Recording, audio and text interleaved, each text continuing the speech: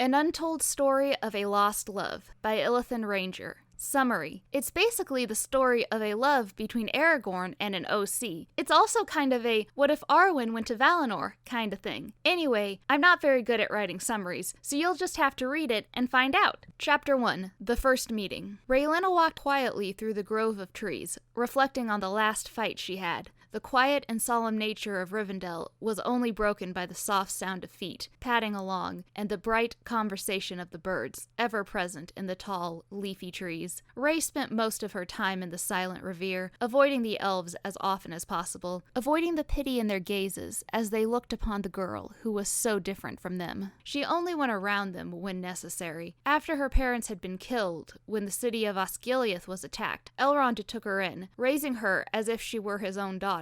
As she grew older, she grew more distant from the elves. On one of her lonely days, while walking through the garden of trees, is when she met him, Aragorn, son of Arathorn. She knew immediately that he was not an elf, but a human, yet he walked with an air of nobility, most common in high elves. She had seen him once before, but didn't know who he was until she talked to Elrond. He explained to her who he was and why he was in Rivendell. When she saw this time, a feeling that she didn't understand crept into her heart. When he saw her, he stopped, and watched her as she walked through the trees carelessly, as if all the troubles of the world had left her alone untouched. She approached him quietly with the grace of an elf, yet she looked so human. "Good evening," Aragorn said quietly as she approached him. "Good evening, my lord," she said, bowing slightly as she did to higher elves. "Do not bow to me, for I am no lord," he said, slightly embarrassed. "My lord Aragorn, I know who you are," Rhaelena said quietly. "I am a ranger from the north, and nothing more," he said gently. "Now come, you know my name, but I do not know yours." She hesitated for a moment before answering. She searched his eyes and found no pity there, but instead thoughtfulness and curiosity. She lowered her gaze before answering. "My name is Rhaelena, but most simply call me Rey," she answered softly. "That is a beautiful name. Rey," he said, the name rolling off his tongue with little effort, a sound of honesty in his tone. "Tell me, why are you in Rivendell?" Rhaelena explained her depressing past with a solemn, yet oddly calm tone. They walked through the shady path for a long while, Rey telling and Aragorn listening intently. They soon found a quiet, shady place to sit and talk undisturbed. Rey kept glancing at his face, searching for the pity that he must have felt for her. His face remained emotionless, and his eyes were warm and caring. After she had finished her story, she sat quiet, waiting for him to speak. All the while her eyes remained locked on his. As she looked into the gray eyes, encircled by a thin black ring, she could only see a pain that he had hidden so well, now revealed.